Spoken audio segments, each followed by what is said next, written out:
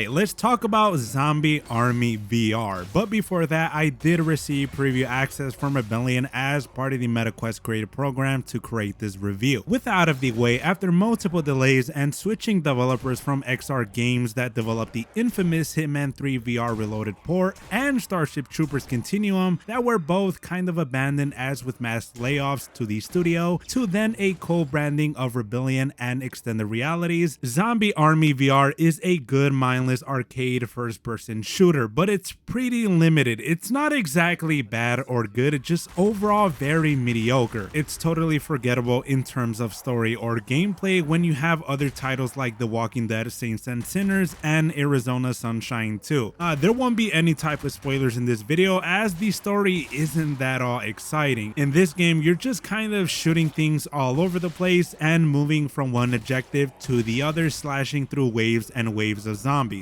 I for one never played any of these Zombie Army games, but it's basically a more arcadier style of what makes Sniper Elite a hit. The same is true if you played Sniper Elite VR or the Winter Warrior sequel. It very much feels identical to those controls of those previous titles released on Quest. In this game, it's all about getting a higher score to land on the leaderboards and keeping your combo to get even more points with your multiplier by the end of the level. In total, it took me around 6 hours and some change to beat the campaign in the hard difficulty all solo, which isn't all that difficult, and there are a total of 7 levels, but each varies in length as with built-in chapters, the most being 1 to 3 depending on the level. From the start in its tutorial, you choose the character you want to play as. The only difference this makes is the visual appearance of your hands, as it's worth mentioning this title does feature co-op, but it's limited to you and one other player. Gameplay wise, the game gets you familiar with its controls, and best of all, Rebellion's signature X-ray kill cam that lets you see your kills in slow motion. It's honestly as fun as it looks, bit glaring at first since your entire screen appears as scoped in as you're hearing zombies charge full force at you screaming,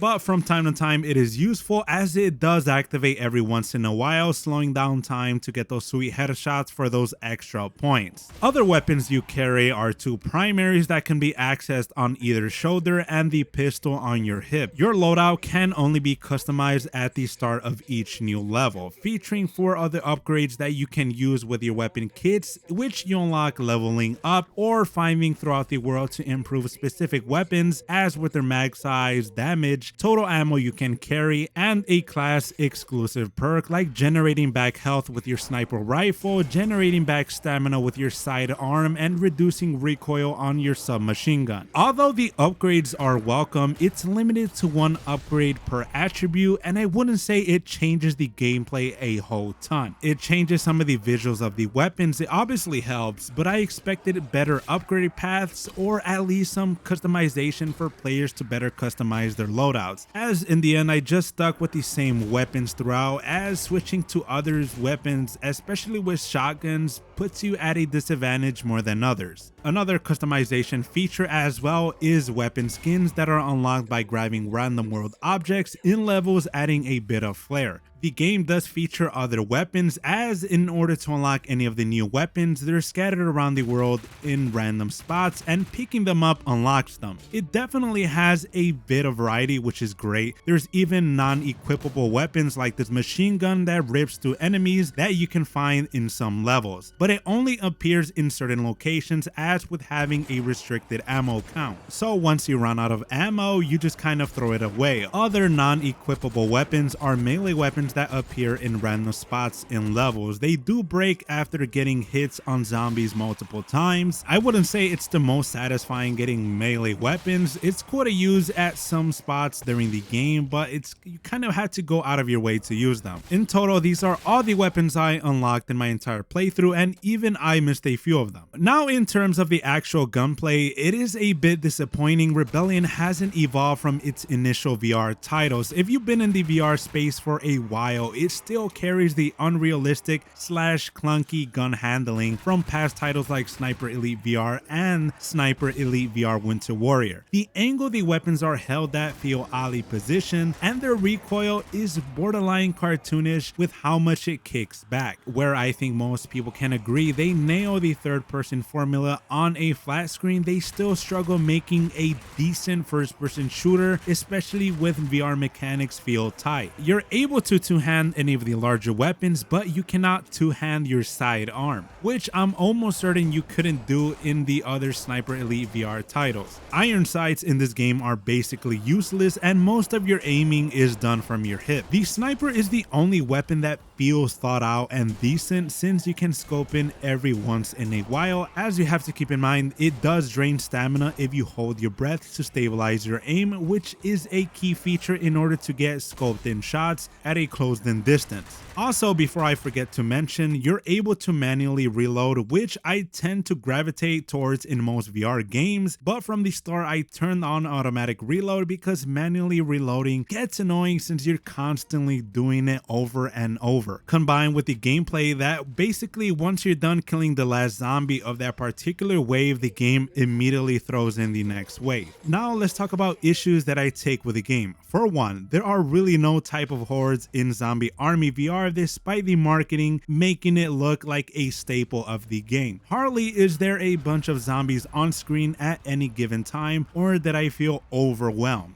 Maybe it's just below a dozen or so zombies, and when I think of a horde, it's gotta be more than 20 or more. Granted, the game, in order to increase the speed and difficulty, will spawn in more difficult enemies, starting with the standard zombies, then the ones with helmets, the gun wielding ones, armored zombies that are basically tanks, snipers, and the suiciders that try to rush players. It's a decent variety, but it's pretty tame compared to other VR zombie games. I, for one, wouldn't go all out on the marketing and the advertising to say that it features all type of hordes that you face off in the game. It's a bit disingenuous. Then we have the level design. Granted, it's an arcade first-person shooter at heart. The levels from the first half to the other second half of the game is entirely reused. Not meeting that in itself is automatically bad. There's no shame in that, but it doesn't do much at all that evolves the gameplay apart from its weapons. There's boss fights as well, but all you do is either finish the wave or shoot the skulls until you get an opening shot, rinse and repeat. Certain sections will flat out only give you one type of ammo from the supply crates, forcing you to use a specific weapon. Then the gameplay loop doesn't evolve much. The many boss fights, and including the last boss fight, is the definition of being underwhelmed. Now, in terms of the audio and soundtrack, it's pretty good while in combat. The only issue I had was directional audio. It sounds like it's coming from all over the place. You really can't pinpoint where they're at, but the game does add a sort of like HUD around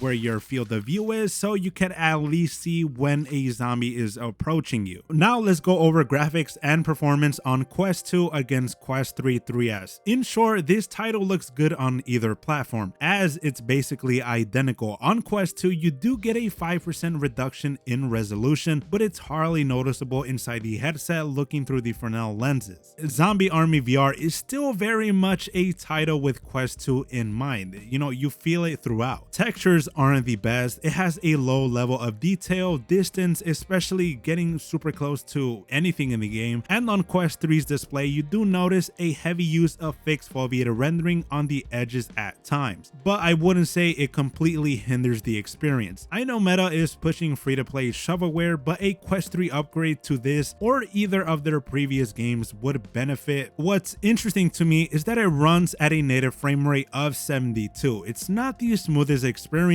but doing the metrics recording after I've completed the game, I thought it actually used application space warp. As the zombies themselves and weapon handling, it all runs at a lower frame rate compared to what your eyes perceive. It's similar to what you see in other games like Arizona Sunshine 2 and older titles like After the Fall. I know it's on standalone, as with rendering multiple enemies on screen is taxing on the hardware, but at times it makes combat kind of awkward when it has a choppy feel to it, causing you to not time shots perfectly, or if you're using something like smooth turning, it's a bit jittery. So is Zombie Army VR worth it? In my opinion, not really. I did have my fair share of fun, but for $30, most of the content inside is pretty run of the mill. And it doesn't stand out apart from being a decent arcade shooter that can be played offline. Games like Arizona Sunshine 2, and I know did get a bit of pushback, especially considering how long the game takes to beat and its price tag, it does offer an overall better experience. Not hating, as I for one could see a segment of people enjoying this game for what it is. If you're a fan of the Zombie Army IP or the Sniper Elite VR series, this could be a hit for you. Hopping off work for a quick late night of shooting fascist zombies was there not a lot.